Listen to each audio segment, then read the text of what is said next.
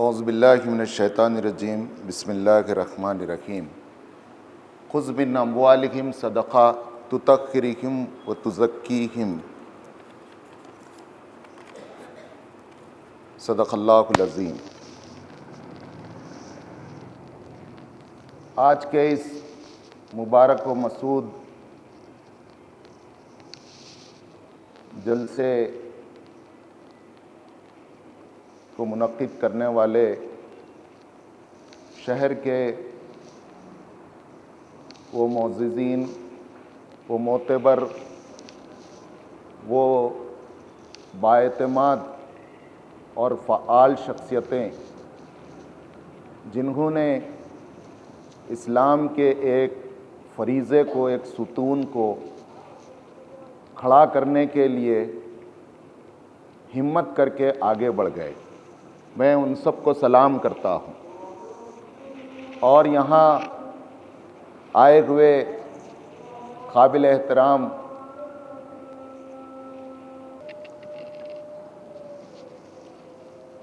معزز سامعین، مرد و خواتین، السلام علیکم ورحمۃ اللہ وبرکاتہ۔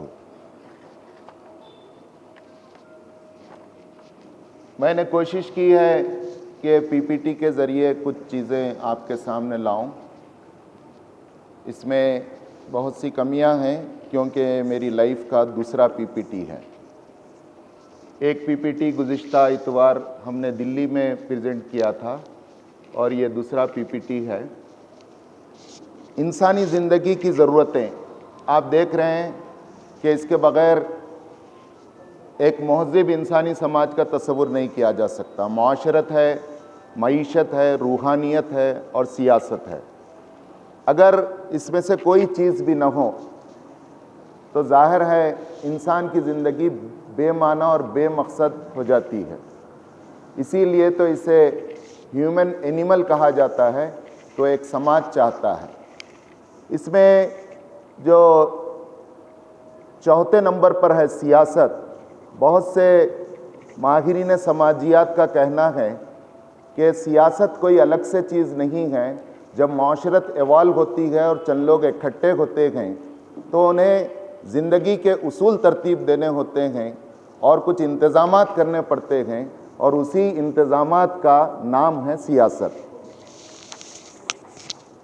تو آج ہم انسانی زندگی کی اہم ضرورتوں میں ایک ضرورت معیشت کو لیتے ہیں، چونکہ ہمارا آج کا موضوع ہے معیشت، اکنامکس، مالیہ کی فراہمی۔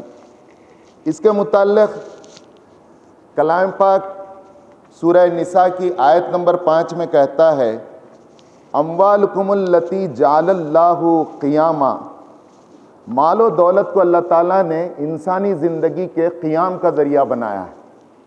انسانی زندگی میں مال کی وہی اہمیت ہے جو انسانی جسم کے اندر ریڑھ کی ہڈی کی ہے۔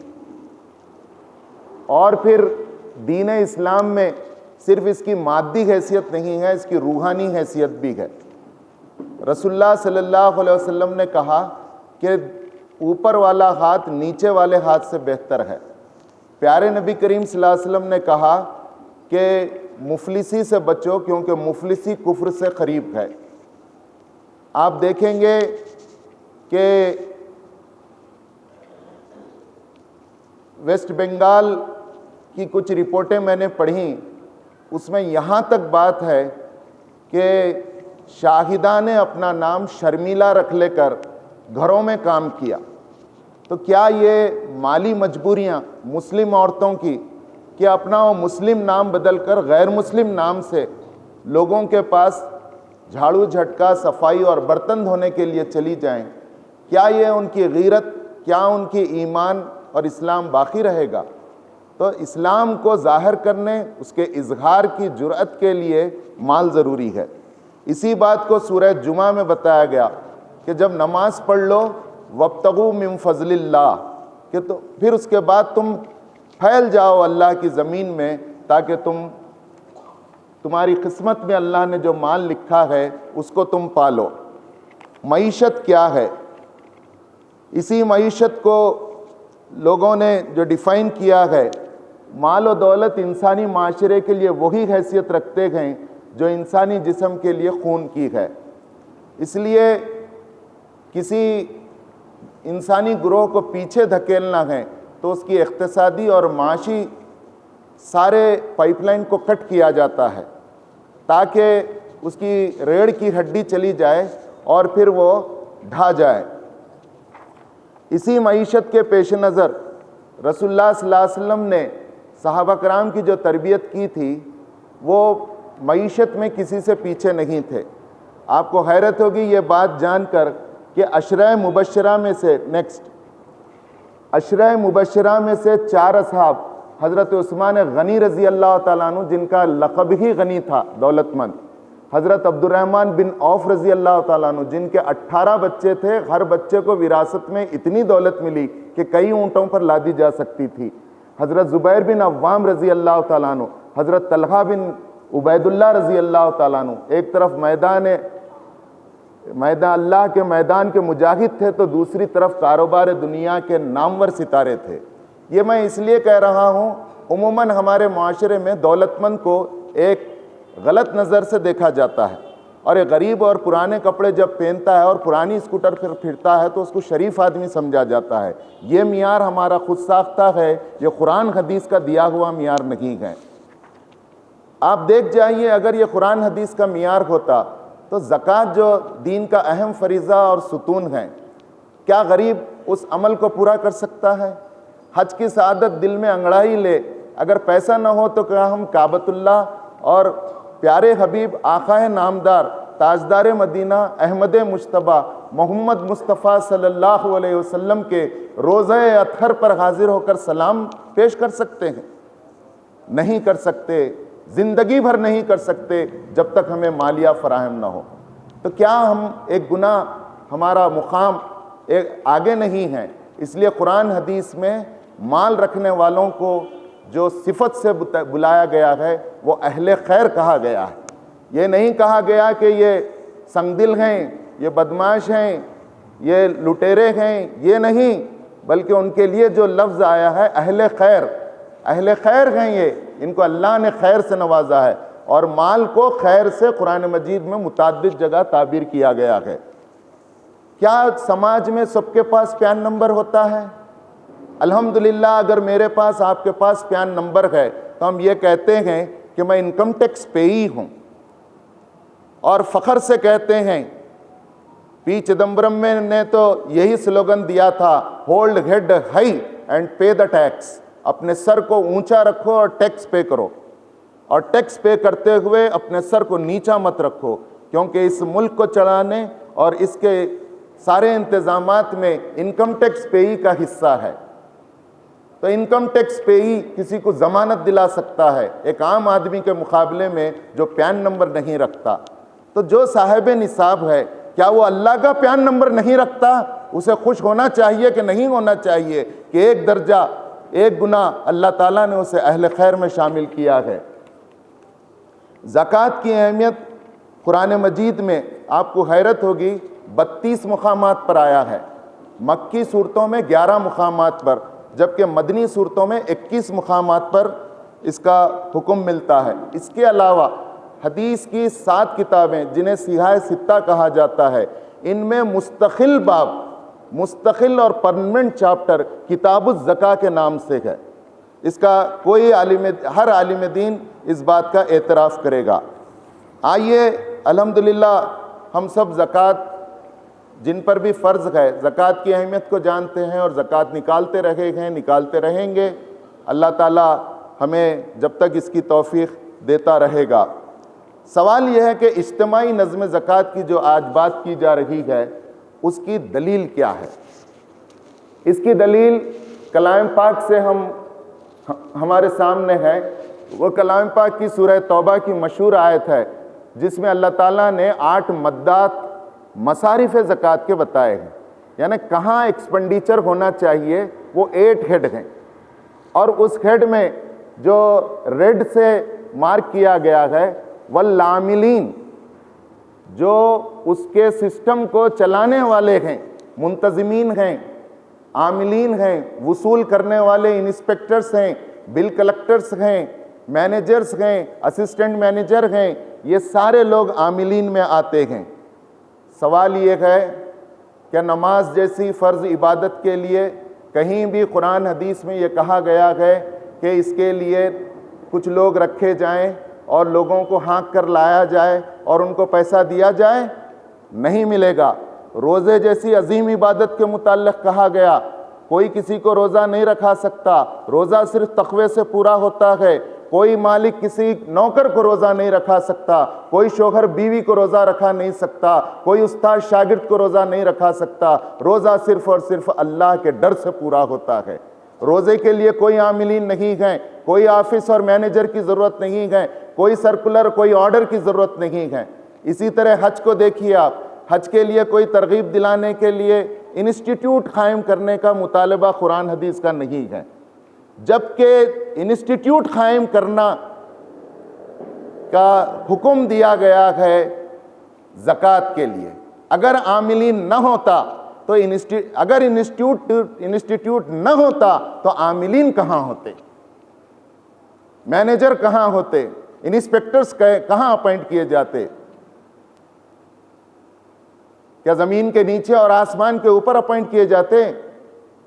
اسی لیے تو کہا گیا والعاملین، ان کی 8 مدات میں ایک مستقل مد یہ ہے کہ اس کام کو، اس فریضے کو مذاق نہ بناؤ، اس فریضے کو فریضے کی طرح، عبادت کی طرح اس خالق اور مالک کی بتائی ہوئی رہنمائی کے مطابق کرو، اس کو عبادت کرو جو اللہ نے تمہیں پیدا کیا ہے اور بتایا ہے، وہ یہ کہ اس کا ایک انسٹیٹیوٹ قائم کرو اور اس انسٹیٹیوٹ کے لیے جو خرچ آئے اس میں سے انہیں دو۔ یہ ہے وہ بات، یہ ہے وہ جواز جو اس میں بتائی گئی ہے۔ اب عاملین کے لیے فقہ اور حدیث کی کتابوں میں 4 طرح کے عاملین بتائے گئے ہیں۔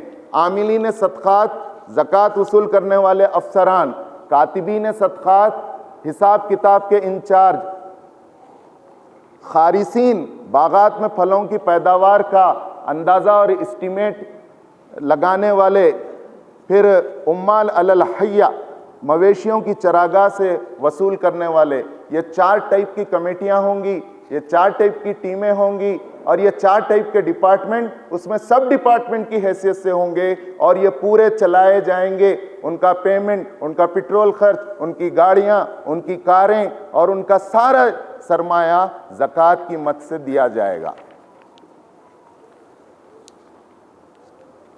اس سلسلے میں اب سوال یہ ہے کہ زکوٰۃ کا اجتماعی نظم کون قائم کرے؟ زکوٰۃ کا اجتماعی نظم قائم کرنے کے لیے سب سے پہلے مخاطب اللہ تعالیٰ نے سورہ توبہ آیت نمبر 129 میں، یہاں سلائڈ پر نہیں ہے، وہ کسی وجہ سے ٹائپ ہونے سے رہ گیا ہے، رسول اللہ صلی اللہ علیہ وسلم کو سب سے پہلے مخاطب کیا گیا۔ خذ من اموالہم صدقہ تطہرہم وتزکیہم بہا وصلی علیہم ان صلاتک سکن لہم واللہ سمیع علیم۔ اے محمد صلی اللہ علیہ وسلم، عربی جاننے والے علماء اس بات کا اعتراف کریں گے، یہاں امر کا صیغہ ہے۔ خذ، اے محمد صلی اللہ علیہ وسلم، وصول کرو، کلیکٹ کرو، من اموالہم صدقہ، ان کے مالوں میں سے زکوٰۃ کو وصول کرو۔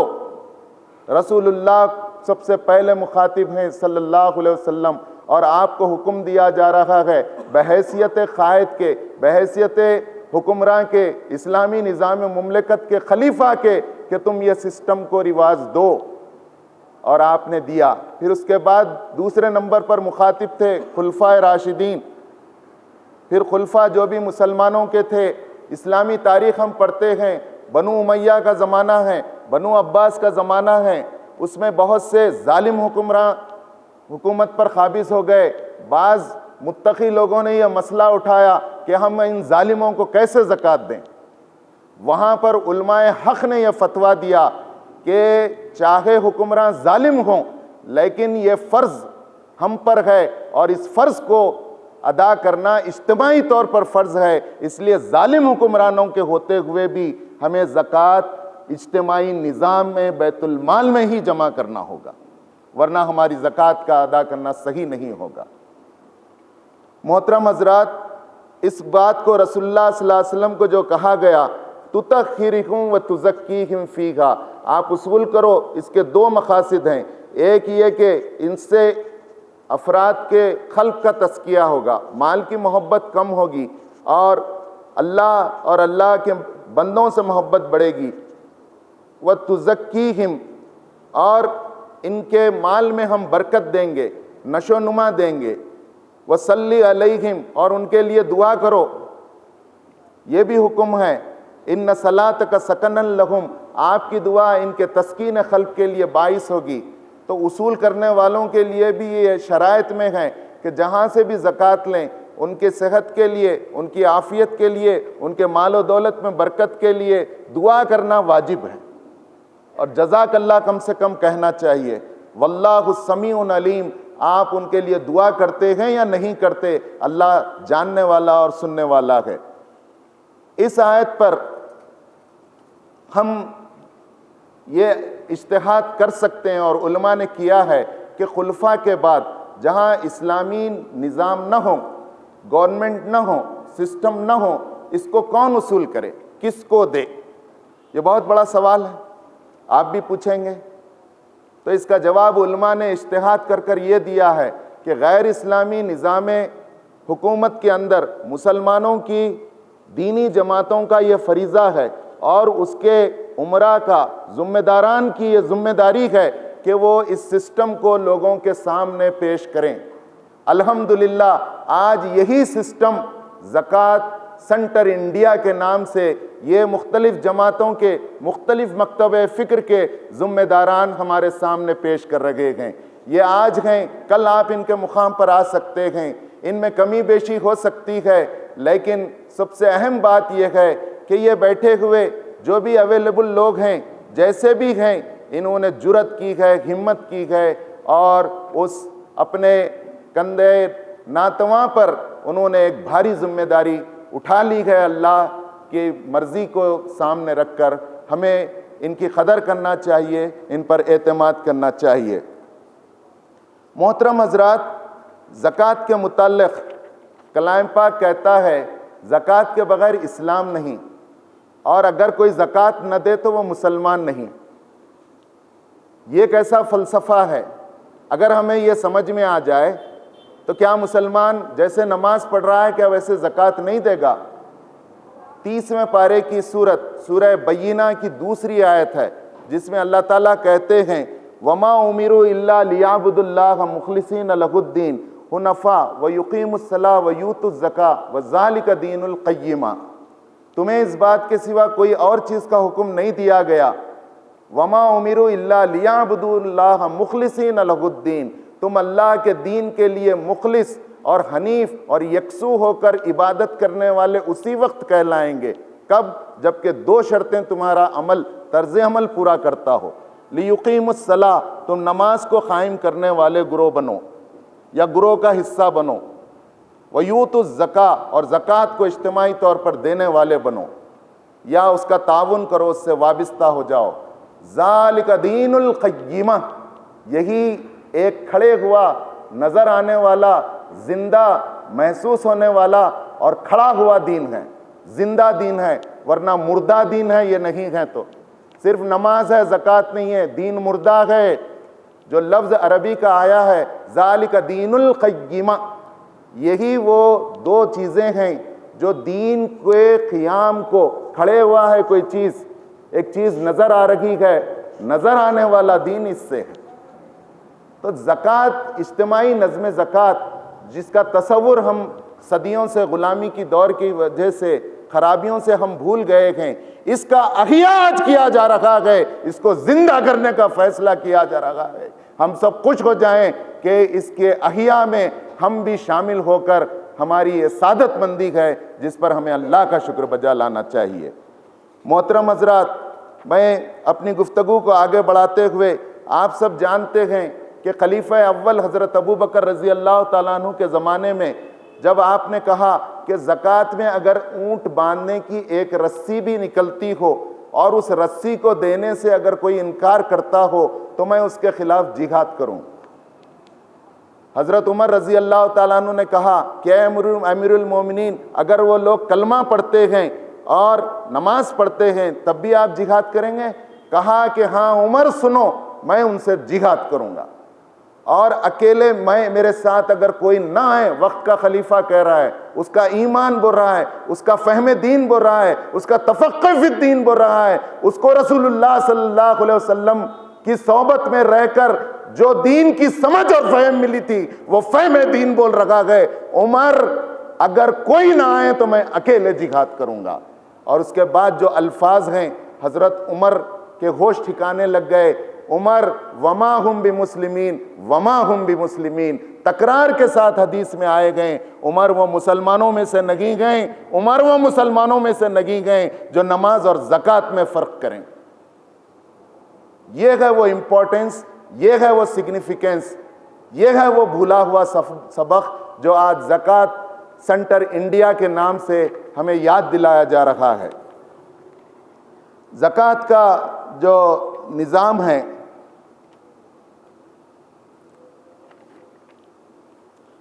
اس کے 3-4 سلائیڈ ہم نے بنائے ہیں۔ زکوٰۃ کا زکوٰۃ کا نظام ظاہر ہے، تحصیل زکوٰۃ، کلیکشن، پھر کس سے زکوٰۃ وصول کی جائے، ظاہر ہے صاحب نصاب، پھر تیسرے نمبر پر ہے کیسے زکوٰۃ وصول کی جائے، یعنی اجتماعی طور پر، اجتماعی نظام کے ساتھ کی جائے، چوتھے نمبر پر ہے عاملین کا اپائنٹمنٹ، پانچویں نمبر پر ہے زکوٰۃ کے تقسیم کے 8 مدات جو پوری طرح پوری زندگی کے شعبہ حیات پر محیط ہیں۔ جو 8 مدات ہیں، اللہ تعالیٰ جس نے انسانوں کو اور کائنات کو اور زندگی کو بنایا ہے، کوئی ایسی علماء کا کہنا ہے، کوئی ایسی ضرورت نہیں ہے جو اس 8 مدات کی ذیل میں نہ آتے ہوں۔ اگر کوئی یہ کہے کہ فلاں ضرورت اس میں نہیں آتی ہے تو اس کا فہم قرآن کم ہے، نعوذ باللہ وہ اللہ پر الزام دھر رہا ہے، اسے تو اپنے علم کی کمی کا رونا چاہیے۔ اپنے علم کی کمی کو چھپانے کے لیے وہ آیت کو غلط کہتا ہے اور کہتا ہے کہ میں 9ویں مد شروع کرتا ہوں، یا یہ کہتا ہے کہ ایک مد کو میں کم کرتا ہوں یا ایک مد کو میں اضافہ کرتا ہوں۔ اسی جامعیت کی بتانے کے لیے رسول اللہ صلی اللہ علیہ وسلم نے اس حدیث کی تشریح فرمائی اور کہا اللہ تعالیٰ نے کسی نبی اور غیر نبی پر یہ نہیں چھوڑا ہے کہ زکوٰۃ کس کو دی جائے، وہ اپنے ہاتھ میں لیا ہے اور سورہ توبہ کی ان 8 مدات میں بتایا ہے۔ نیکسٹ، اجتماعی نظم زکوٰۃ کی اہمیت و برکات کیا ہیں؟ پہلا ہے سماج میں زندگی کا حق، جینے کا حق، لولیہڈ، خوشحال زندگی جینے کا حق سب کو ملتا ہے۔ خوشحال زندگی کا اسلام دائی اور علم بردار ہے۔ لوگ یہ نہ کہیں کہ اسلام لانے کے بعد بھوکمری آتی ہے۔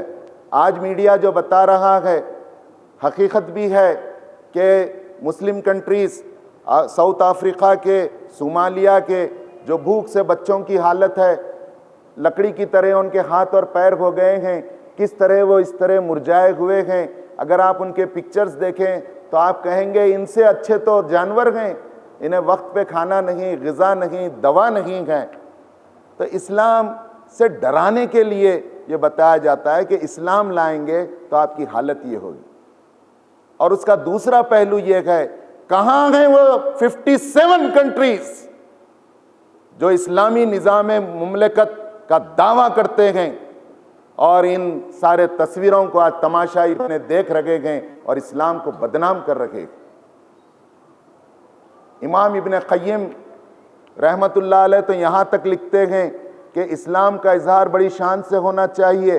اگر کوئی مسافر روزہ رکھتا ہے اور کوئی کسی عالم کسی مسافر کو یہ کہتا ہے کہ تو روزہ رکھ اور اس کی حالت سفر کے دوران میں ناگفتہ حال ہو جاتی ہے اور 4 لوگ کہیں گے کہ پاپ ترکر مندی روزہ رکھ کے کیسی حالت ہو گئی اس کی، تو امام ابن قیم کہتے ہیں کہ اسے قتل کر دو، کیونکہ اس نے اسلام کے وقار کو گرا ڈالا۔ جس عالم نے کہا کہ تو روزہ رکھ اور اس کو روزہ رکھ کر اسے جانکنی کے عالم میں ڈال دیا اور لوگ کہنے لگے کہ کیا یہی اسلام ہے؟ کہ روزے کی وجہ سے آدمی کی یہ حالت ہو جائے. پھر زکوٰۃ قرون اولیٰ میں زکوٰۃ کی برکات کے تعلق سے دو باتیں میں آپ کے سامنے رکھوں گا. قرون اولیٰ میں حضرت عمر رضی اللہ تعالیٰ عنہ کے دور خلافت میں، جو رسول اللہ صلی اللہ علیہ وسلم کے صرف سوا دو سال کے بعد آ گیا، حضرت معاذ بن جبل رضی اللہ تعالیٰ عنہ کو یمن کا گورنر بنا کر بھیجا. آپ نے فرسٹ ایئر میں، حدیث میں آتا ہے کہ 1/3 مال حضرت عمر کو پہنچایا. حضرت عمر نے یہ کہہ کر واپس کر دیا، اے معاذ، میں نے تمہیں لوگوں سے پیسے وصول اور ٹیکس وصول کرنے کے لیے نہیں بھیجا، تم وہاں کے دولت مندوں سے لو اور غربا میں تقسیم کرو. آپ نے تقسیم کر دیا. دوسرے سال حدیث میں آتا ہے نصف مال جمع کر کے حضرت خلیفہ کے پاس بھیجا. آپ نے ریجیکٹ کیا، کہا کہ اسے بھی تقسیم کرو. آپ نے تقسیم کر دیا. تیسرے سال 100% بھیج دیا. تو آپ نے کہا کہ کیوں، کیا بات ہے، کیوں بھیجے ہو؟ کہا کہ اے خلیفہ، آپ یہ تو بتاؤ کہ میں زکوٰۃ دوں تو کس کو دوں، کیونکہ 3 سال کے اندر اس طرح خوشحالی آئی ہے کوئی زکوٰۃ لینے والا نہیں. پھر آپ نے یہ حکم دیا کہ وہاں ہائی وے بنائے جائیں، وہاں گارڈن بنائے جائیں، وہاں لوگوں کو بیٹھنے کے لیے سایہ دار درخت لگائے جائیں، وہاں پانی کے چشمے کھودے جائیں. What does it mean? خوشحال زندگی کا ایک روپ. اور اسلام کے سائے تلے جو حکومت ہوتی گئے، وہ کس طرح لوگوں کی خوشحالی، روڈ اچھے ہوتے گئے، گارڈن ہوتے گئے، سایہ دار درخت ہوتے گئے اور مسافر خانے ہوتے ہیں. کتنا وسیع تصور ہے جو پیش کیا گیا. ابھی یہاں پر تذکرہ آیا، محترم ظفر صاحب نے کہا کہ عمر ثانی حضرت عمر بن عبدالعزیز رحمۃ اللہ علیہ کے دور میں تو مستقل طور پر اس بات کے لیے ہر شہر میں کچھ لوگوں کو اپوائنٹ کیا گیا تھا کہ اسٹریٹ اناؤنسمنٹ کرے، ہے کوئی ضرورت مند، ہے کوئی غریب، ہے کوئی مسکین، ہے کوئی بھوکا، ہے کوئی ننگا، تو آ جاؤ اور وہ لے لو. لینے والا کوئی نہیں تھا. مستقل ایک پیراگراف ہے عربی میں، اس کی ذمہ داریاں کیا تھیں. اناؤنسمنٹ کرنے والی، پکارتے پھرتا تھا آدمی، ایک بھی نہیں لیتا تھا.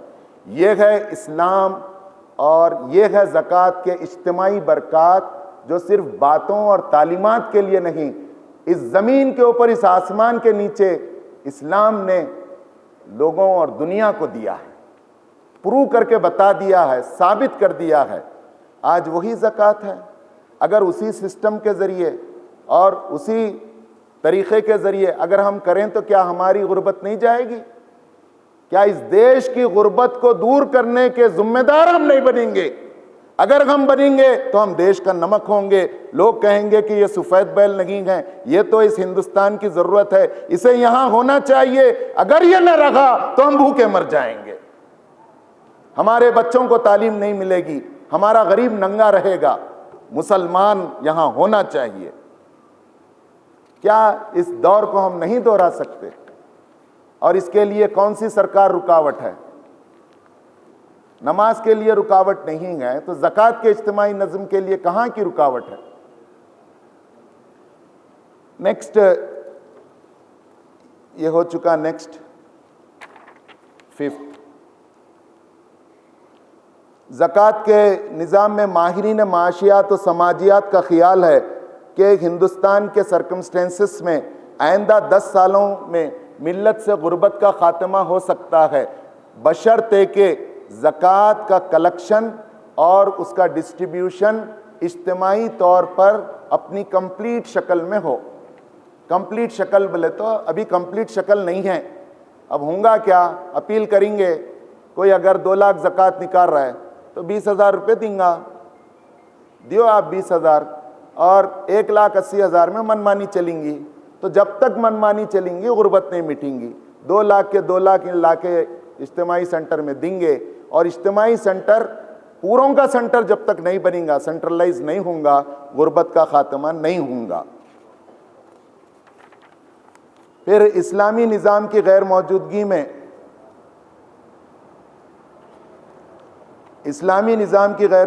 میں اس پر بھی گفتگو ہو چکی ہے. نیکسٹ زکوٰۃ سینٹر انڈیا کی خصوصیات. آخری بات، زکوٰۃ سینٹر انڈیا کی پہلی خصوصیات جو سلائیڈ میں نہیں ہیں، نظام زکوٰۃ کا احیاء. اجتماعی نظام زکوٰۃ میں نے جیسا کہ کہا وہ مر چکا ہے، صرف سانس لے رہا ہے. آئینہ لگا کر دیکھے تو مردہ مرا نہیں مرا کنفرم ہوتا ہے، اور آئینے پہ ذرا دھندلا پن آتا ہے. ویسا ہے، باقی ہے، ختم نہیں ہوا ہے، لیکن احیاء نہیں ہے، اس کا کھڑا ہوا نہیں ہے. اتنی طاقت نہیں ہے کہ میں مسلمان ہوں، زندہ ہوں بول کے بول سکیں. تو ZCI زکوٰۃ سینٹر آف انڈیا کا قیام کا پہلا مقصد اجتماعی نظام زکوٰۃ کا احیاء ہے.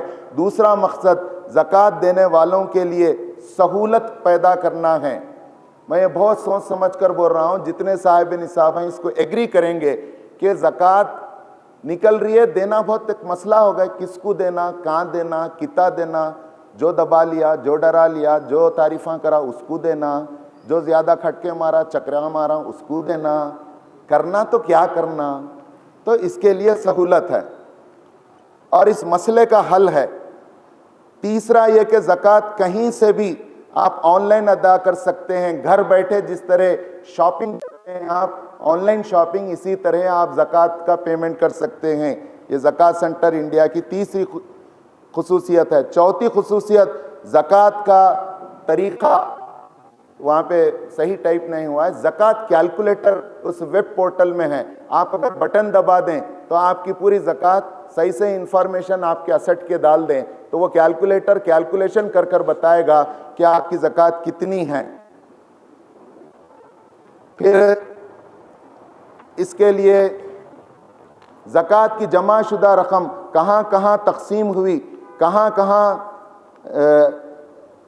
سے وصول ہوئی، صرف آپ کی اکیلے کی نہیں بلکہ پورے ملک میں کیا کام ہوا، اس کی رپورٹنگ آپ کو وقتاً فوقتاً آن لائن ملتی رہے گی. پھر چھٹا یہ کہ اس کی آڈٹ رپورٹ اپلوڈ ہوتی رہے گی. ساتواں یہ کہ کون سا پروجیکٹ زکوٰۃ سینٹر آف انڈیا نے اپلوڈ کیا ہے اور اس کو ہاتھ میں لیا ہے وہ بھی آپ کو آتا رہے گا. آٹھواں اور سب سے اہم احتساب، شفافیت اور احتساب، ٹرانسپیرنسی اینڈ اکاؤنٹیبلٹی. یہ دو چیزوں کا ہونا بہت ضروری ہے اور آج ملت کے اداروں میں بہت سوچ سمجھ کر میں کہہ رہا ہوں اس کی بہت کمی ہے. انشاءاللہ زکوٰۃ سینٹر انڈیا اس کلیم کے ساتھ 26 مارچ گزشتہ 26 مارچ 2022 سے کام کرنا شروع کر دیا گئے کہ ہم پورے ٹرانسپیرنسی کو مینٹین کریں گے، پوری اکاؤنٹیبلٹی ہماری کوئی بھی کر سکتا ہے. یہ دونوں چیزوں کو اس کمی کو وہ پورا کرے گا.